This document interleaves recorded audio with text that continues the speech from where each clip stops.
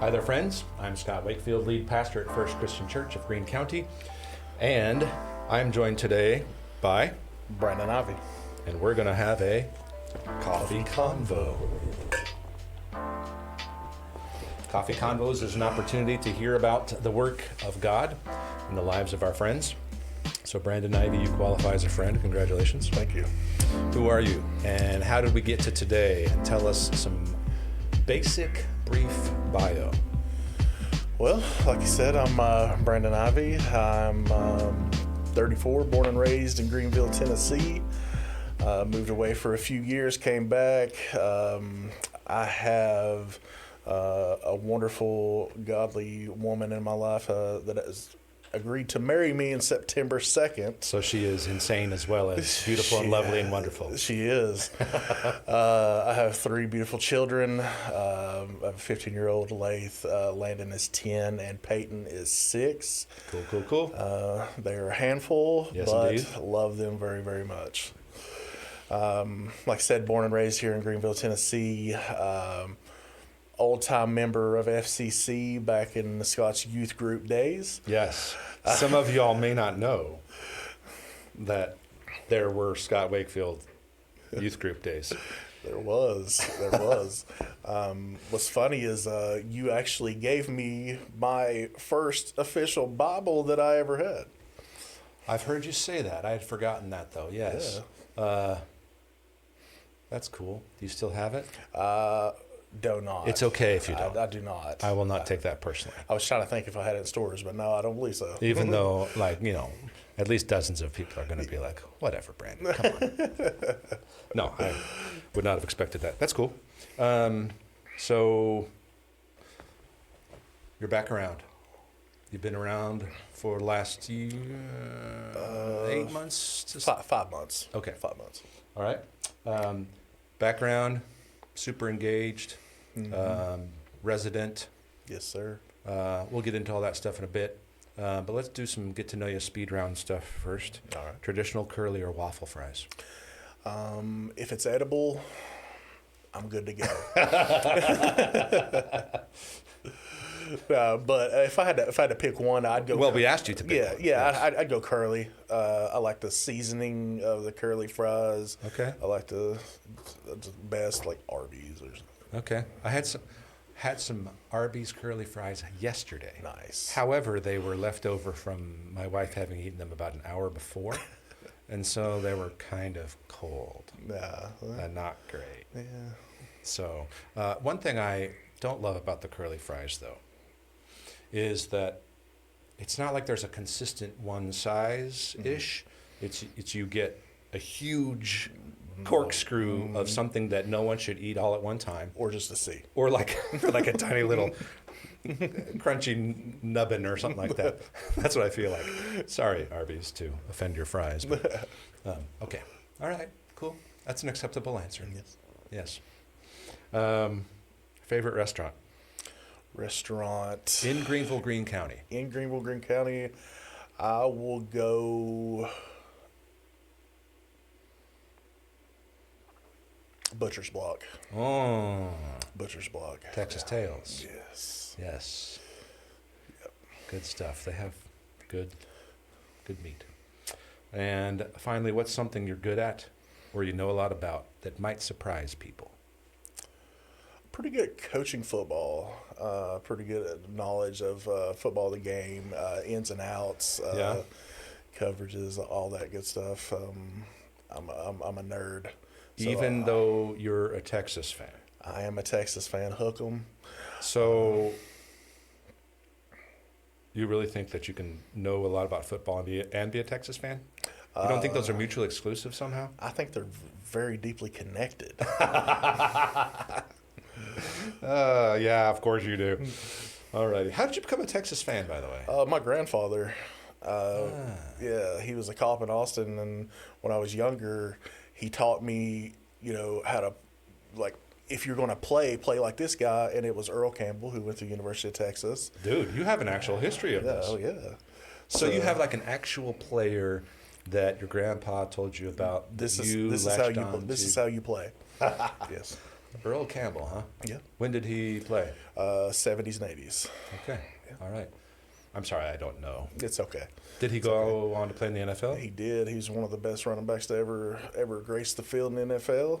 Heisman Trophy winner. Oh, yeah? NFL Rookie of the And he went to Texas? Yeah. Yeah. Okay. All right.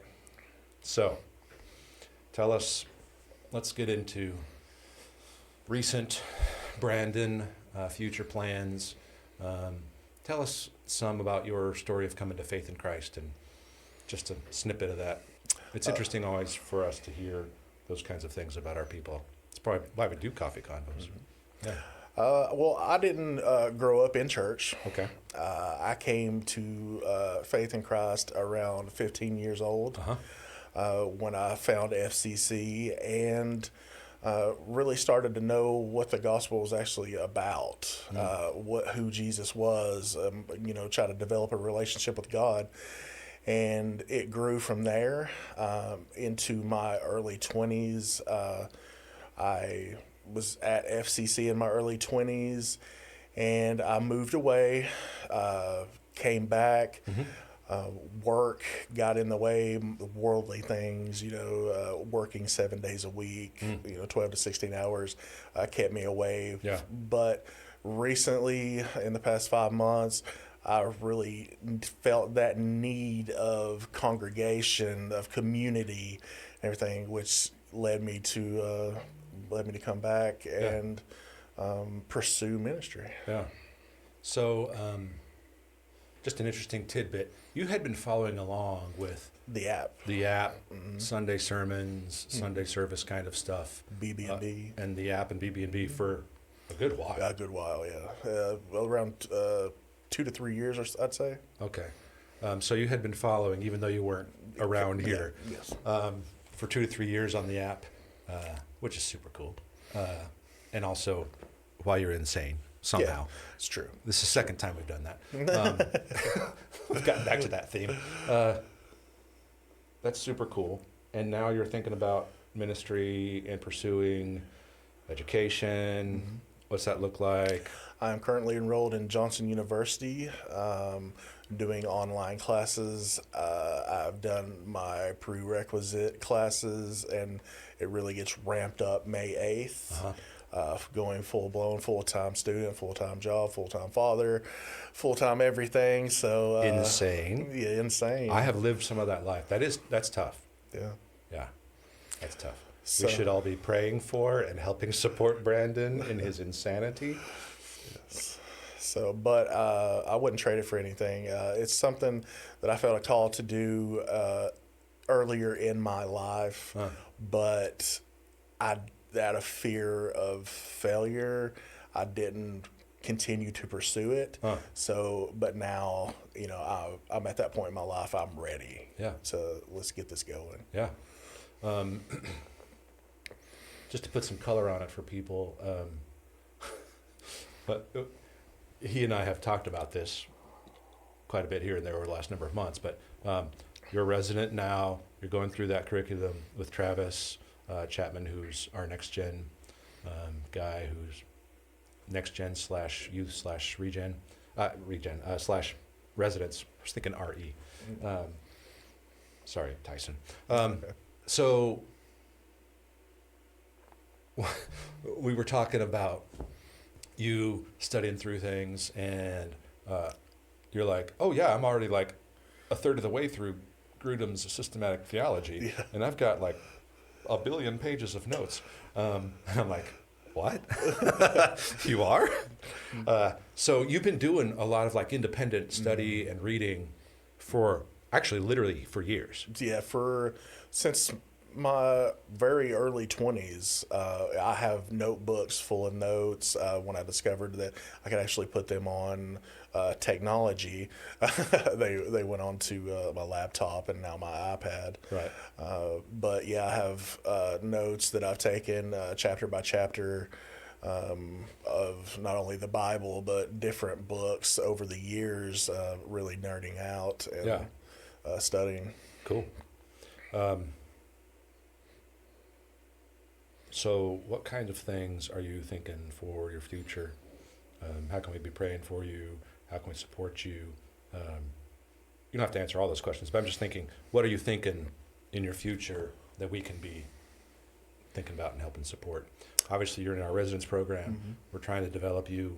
You're involved in ministry here now already. Yeah, kids men. Kids men, been doing some regen. Regen 180. Came along on, let's see, a recent conference we went to. Louisville. A bunch of guys went to Louisville for CovCon. You're showing up to help do some things like set up for NPAC Saturday. Came to staff meeting, getting to see some inside track of how it all works. What are you thinking at this point? I feel privileged to be here and be able to learn from, FCC's always been that type of church to where you feel comfortable and people will love you and try to guide you in the right direction and be that leadership that you can look up to, and just being able to learn from, you and Tyson, Travis, Bob, and Tommy, watching you guys and, your preparation, even when we were at CovCon, all you guys were just prepping and just, watching you guys, like watching the leadership of this church. And not only that, it trickles down to coaches, and just watching their passion in this church is really inspiring. And that's really inspiring to me. So you're thinking, you're doing education, you're getting undergrad, wanting to go on. I know the rest of the folks, of course, don't yet probably, but trying to go on to do seminary degree after that. Thinking something in pastoral ministry, something in church ministry, maybe teaching. Yes. Some combo of those things. Yeah, I think it'll end up being a combo of pastoral ministry and teaching. Okay. That's what I'm leaning towards right now. And like you said, going on to seminary and continuing my education there, just trying to get as trained as possible to spread the gospel. Yeah. You're definitely a learner. I am too, but I'm also a distracted ADD people person freakazoid. So I don't stick to one thing. Sometimes I'll stick to one thing for hours at a time, but that's an exception. Right. Most of the time I'm a little bit squirreling everywhere. You and I have talked, you're focused on this thing and you're still focusing on it and you're going to maintain focus and you're driving through to get the thing learned and done. Where's that come from for you? I think I have an addictive personality. I want to know everything fully before not only just believe it, but I want to nail it. I strive to know as much as I can, especially in when it comes to, ministry and learning the Bible and everything, because I want to be able to answer any question that's, ask of me. It's just the nerd in me. I spent my childhood just reading, really, and just playing sports and stuff. But I was always the secret nerd. So really, yeah, cool. So Brandon, the secret nerd Ivy, it is. That's your yeah. What's Regen been like for you? What's your experience in Regen been like? How's it helped you? How's it giving you some vocabulary for those kinds of things? Eye-opening. Meaning what? How so? Meaning that, when you first go in, it was suggested to me by Aaron Clarity, if I have have something in that I need to work through, which I had some forgiveness issues that I needed to initially, and then you learn about maybe I'm prideful, or maybe I'm this, and maybe I'm dealing with that. So you're able to look inwardly at yourself biblically, be able to recover from those things or better yourself from those things, and the very first memory verse we had in groundwork, I am the vine, you are the branches. John 15:5. Yeah, and the very end of that, apart from me, you can do nothing. Yeah. And I really believe that. And if I'm going to better myself to be a role model for my, not only, other people, but for my children and my household, I want to go through and fix even the slightest issue that I can. Yeah. Yeah. What I like about what you said is that it's a process of letting the word do that work. Mm-hmm. Yeah, it's a biblically led process where God's Spirit is in charge of making us into who He's made us to be and created us and called us and gifted us to be. But that means we have to let Him do that work, and we have to let that inward stuff happen, and that's hard, and it's not normal. You'd think it is. Like, you think Christians would be like, oh, I'm totally all about sanctification and becoming, producing God's holiness is His Spirit in me becoming more like Him and more Christ-like. And you'd think that that's like, of course it's a normal thing for someone who actually is a Christian, but in Christian culture and the way we talk about things in church, you'd think that, like, everybody talks that way and is open about it and vulnerable. But you get into some things like regen and you realize, it's not all that normal, and it's normal here in this context. That's cool. I guess what I am focusing on in this is the community aspect. You said earlier, needing the community.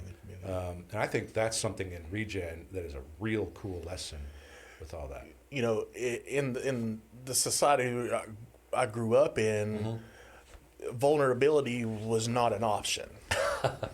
But to come here and to have your leaders be vulnerable to you, and to outwardly, this is what I struggle with, that encourages me to, okay, this is acceptable, when in other places it's really not. So for me to be able to have that sense of it's okay, really encourages me to be able to work through my own stuff in the community of my, especially I'm in steps right now, in the step group. I've been through weeks and weeks and weeks with those guys, and I'm starting to get more comfortable every week. Cool. So, what step are you in? Step 1, admit. Okay. I knew it was recently. Yes. That you guys had gotten. Yeah, we just launched. Okay. What's so cool about a lot of that experience is every week you're hearing about the work of God in people. You're hearing them speak about their own struggles, difficulties, addictions, traumas, things that have happened to them, things they've done. And it becomes encouragement for oneself to say yes to that process of God renewing us and transforming us. It does. Yeah.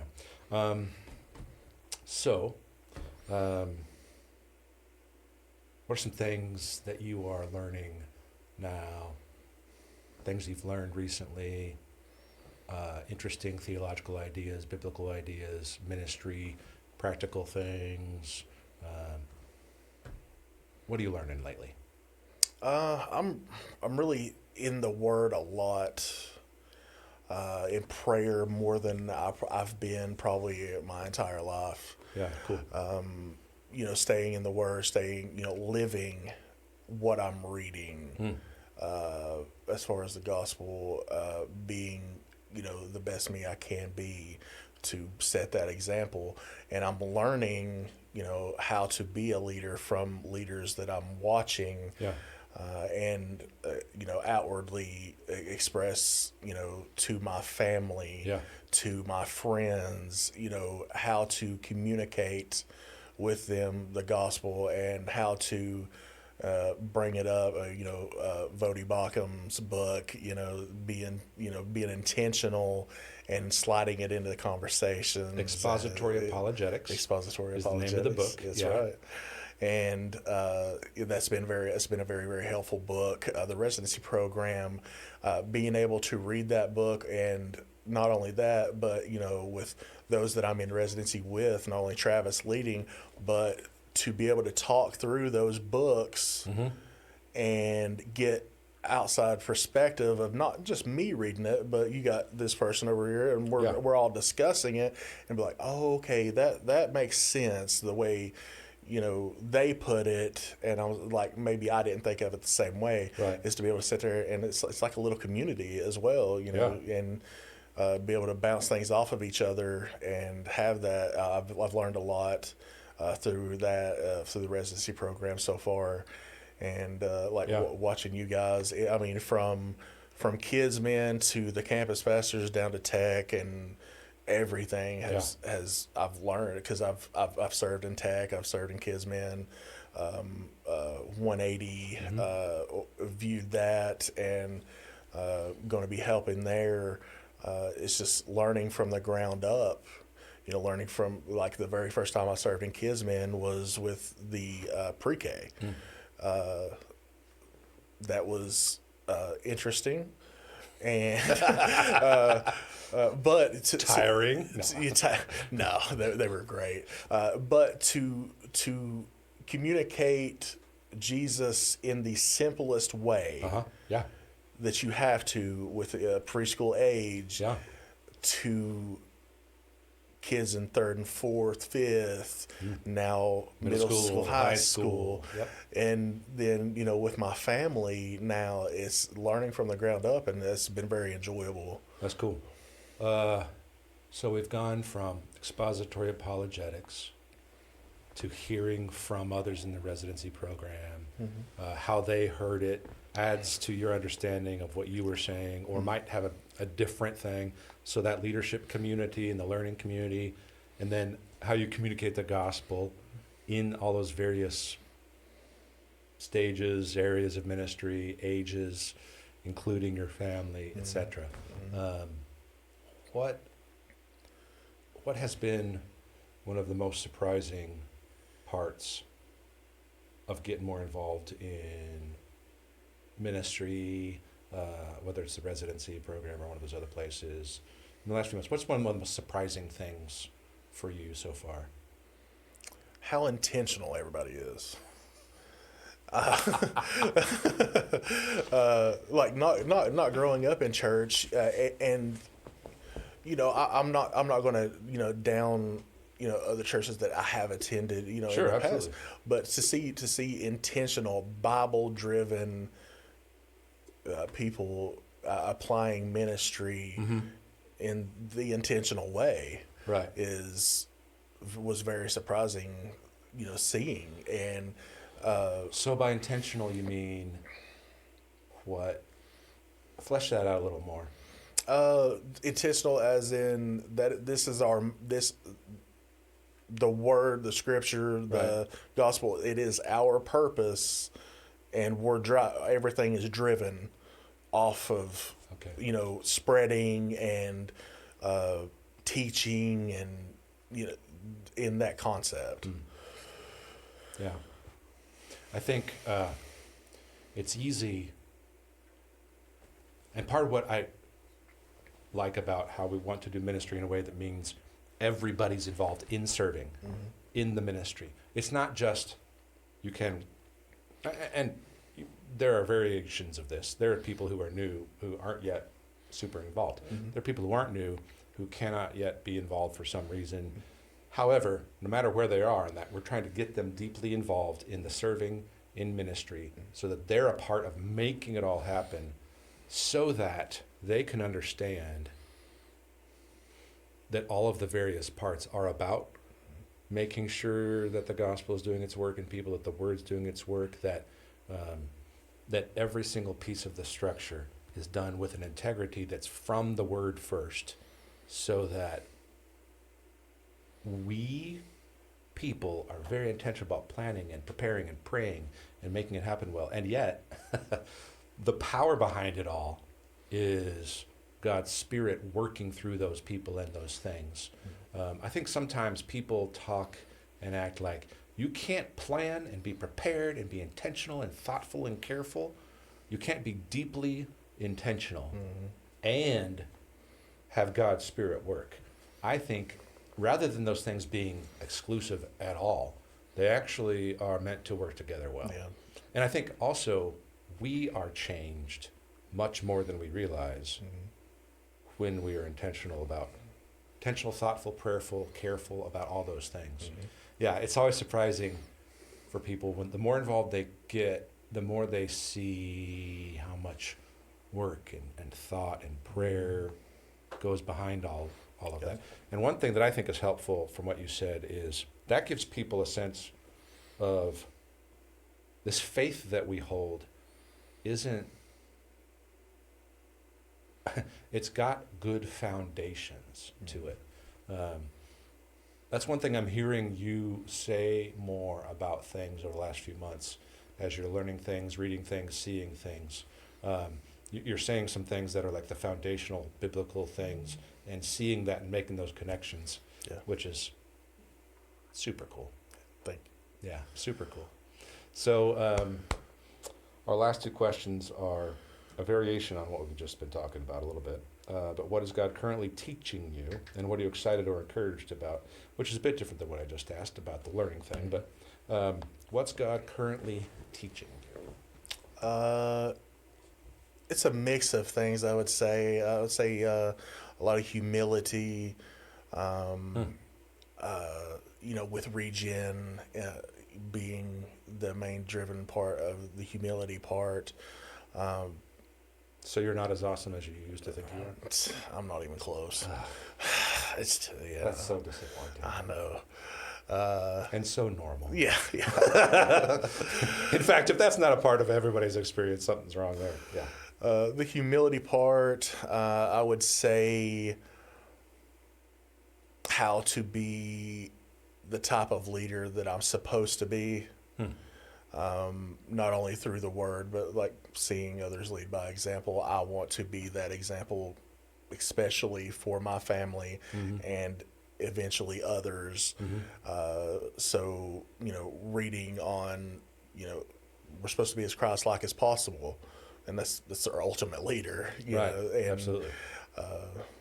Just to learning that relationship, and, trying to connect everything that I'm learning, all into one, everything comes together, and, that's what I'm being taught. That's how to connect the dots and, live the way I'm supposed to live. Yeah. You've said now 3 or 4 times at least in our little convo here, whatever we're talking about, you're going back to especially my family or in my family first, or why for you is that something you keep coming back to? I would say, I mean, it's a good answer. I agree with you. I'm just, my family, like I didn't grow up in church. I didn't have the strong family atmosphere of, having a relationship with God, having, the family as a whole. But I want my family to have that, and, they're the most important people in my life. I mean, my beautiful fiance, my children, my mother-in-law, soon-to-be mother-in-law, and my mother are 2 of the strongest women that I've ever met in my life. They have a lot of health problems, but, they're, that's my family, and I want to be that example. Not only they're the older generation, but I can still be that example. Yeah, absolutely. So everything about me revolves around my family. Nice. Finally, what are you excited or encouraged about? The knowledge. Especially with going to school and learning from the residency program and regen, just the knowledge, kind of nerding out on it, gathering as much as I can, so I can outwardly teach and show people what the gospel really means in a scripture driven way. Yes. and I can understand, because you can read through the Bible all you want to, but you're not going to understand everything, and you read commentaries. People have spent their entire lives doing this, and I'm up for that challenge. Yeah. What's cool about that is that what you're saying, one of the things that's a takeaway for me in that oftentimes is we read the scriptures, we learn things about who God is and his character and nature, and then we realize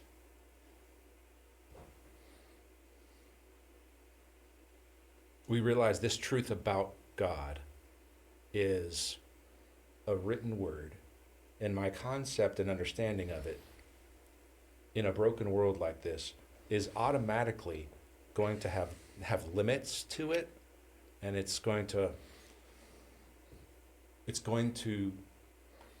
there's a sense in which all the Bible is anthropomorphic. In other words, like it's a written word, but through God's Spirit we can understand that there's much, much more than those limits to who God actually really is in reality. And so our understanding is fairly limited. And yet, this limited understanding, as you said, people have spent their entire lives on one little part of that. And the word itself represents all of that. And so, even though it's a word on a page, the concept of it and what it points to, even though that's limited info and has, actual boundaries to it, who God is infinitely surpasses all that. And the word is how we get into that. That's mind-blowing. Yeah, because our knowledge of God is actually one of the very important things that the Old Testament says. When I bring Jesus, this is in Isaiah, Jeremiah, a few other little places in the prophets, but especially those two places. One of the main things about when Jesus comes is they will all know me in ways that will happen through the enfleshed word that became the written word. And here we are reading about it right now. God put together this amazing thing in history so that when we read his word, we don't worship the Bible, but we worship the God who wrote the Bible, right, and to whom the Bible points. I hear you say some things like that, and I go, oh, I get it. Yeah. I love that process. Yes. It's awesome. Yes. Because we can actually have real salvific knowledge of Christ through what we read and learn about him. Yeah. Yep. It's good stuff. And then you'll get into theopneustos and how that word in 2 Timothy 3 encapsulates the things I said, even though we're nerding out in front of everybody. I think it's super cool. And I love that you are excited by that. Yeah, because we're a couple nerds. So thank you for nerding out with me a little bit. Sir. Yes. See you next time. We'd have a better intro.